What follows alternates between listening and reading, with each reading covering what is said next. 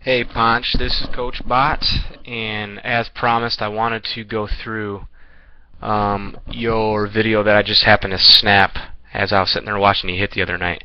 I know there's some chain link fencing away here. I know there's a net, but you can still capture some pretty good things here. And as I was watching this and studying it a little bit, there's one thing I want to talk about. I think you should try to make some small adjustments right away. But it should be noted two things really. Be careful with how much you adjust and how much you think about this stuff in the game. If you talk with Matt Fredette, he can explain this to you too, because I've explained this to him. You've just got to be careful with how much adjustment you make in the season and what types of adjustments you're making. It's hard to do that sometimes. You should definitely never think about this stuff in the game. But take extra reps in the cages. Take extra swings of BP anytime you can. And that's really how you work on some of this stuff, okay? And I know you and Matt you guys have tremendous work ethics, so I know you guys are going to correct some of these things and work on them.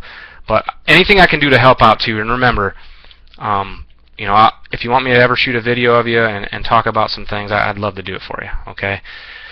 First things first, one thing that I was concerned with, and I think this is going to help you tremendously right away. Watch my arrow here, and I know again your foot's behind that chain link, which is a bummer, but what you want to try to avoid is having your knee come back over your little toes, okay? We haven't talked about this in the clinics too much, but that's because sometimes it's tough to teach it to the little kids. But you're older, and you can feel, and you have better control of your body, so you can feel some of these movements. Don't let your knee come over those little toes, just like your pinky toe, or I guess some would call it the ring toe. I don't know how that corresponds to a finger, but try to keep your knee in front of your back big toe. Okay, and that should remain constant through much of your load.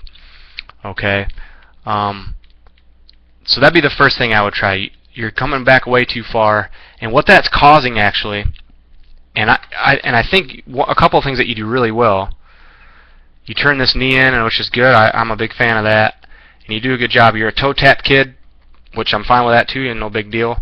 But because your back knee comes over your little toes, it causes you to be negative in your stride, and all that really means is you don't make any movement forward. You actually lose ground coming backwards. Okay. And again, you make up for it because you've got a lot of athletic ability, and you can overcome some of those things. But here's what I'm trying to say. I'll circle it so you can see it. So if we go all the way back to the beginning, you can watch your foot as we rewind here. This is where your foot begins, and watch how it finishes. I just want you to focus on your front foot. So you come back, you tap, and then basically you plant down and spin. Okay, you're gaining no momentum in your swing whatsoever. Now, some would argue that you don't have to gain momentum, Coach Bot. You're crazy. What's the point of doing that? You're going to be off balance, your vision. They're going to try to throw out all these things that reasons why you shouldn't gain ground in your swing. And then Coach Adams and I usually is when we chime in and say, come on over, let's watch some video, and let's talk about all these hitters that make $1 million or more, and let's see how far they move forward in their swings. I'm not saying you need to have a 4.5-foot stride. That's not what I'm saying.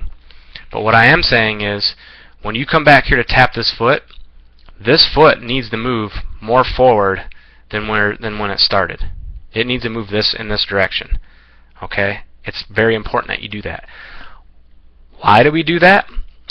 Well, because we want this back leg to be at a better angle than it is right now. You have no angle in your back leg. Okay? That is... You're already, actually, that's the most angle it gets right there. Right there is the most angle you get in your back leg. Okay? Let me draw it for you.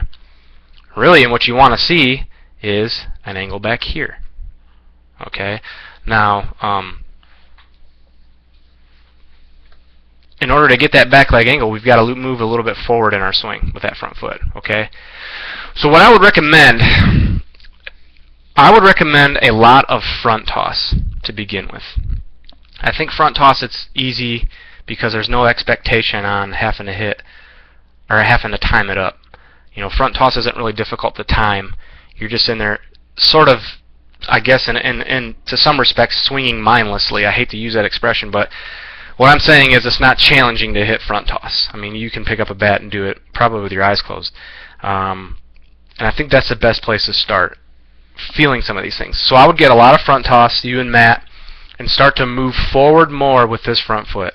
You've got to move more forward with your front foot. Okay? That's just going to help with so many things. Now, the turn on your swing isn't bad. I like a lot of things with your turn, actually. And this is, again, this is you making up for it. Watch your belly button and belt buckle. That's great. You do a great job with that. I think your belt buckle definitely leads your turn for the most part, and your back foot's coming through after the fact. So that's pretty good. I mean, your turning could always be better. You could always be stronger. All those things are true. And then, we don't talk about hands a whole lot, but while we're at it, watch your hands. Your hands and back shoulder stay married, and that's a pretty good path to the ball. Okay? A little bit of a rag separation, perhaps, from, if you remember the sock pits drill. Could be a little bit of a separation issue there, but that's probably because you're hitting the ball way out in front here. Probably something to do with it. So you're a little out in front, and I know you mashed it, but you're still hitting it off of your front leg. But again, minor issues. If you focus on getting a forward move and a better angle with your back leg, a lot of those other things I just talked about will be minor issues that will just take care of themselves. Okay? And again, I'm just making this video to help you, man. You're a good kid. I hope very sincerely that things change for me in the next 6 to 18 months so I can coach you again, because you are a great kid, and if I had a team full of you and Matt as well, I think we could do really good things. But don't let that back knee come over the little toes, and try to create some type of a forward move with your foot. Let that foot come more forward. Okay? But all in all, pretty good job, Poncho. All right? So let me know if you have any questions. We see each other a lot. Please don't hesitate to ask, okay? All right, well, thank you for letting me break down your swing, and I'll be talking to you soon, I'm sure. Take care.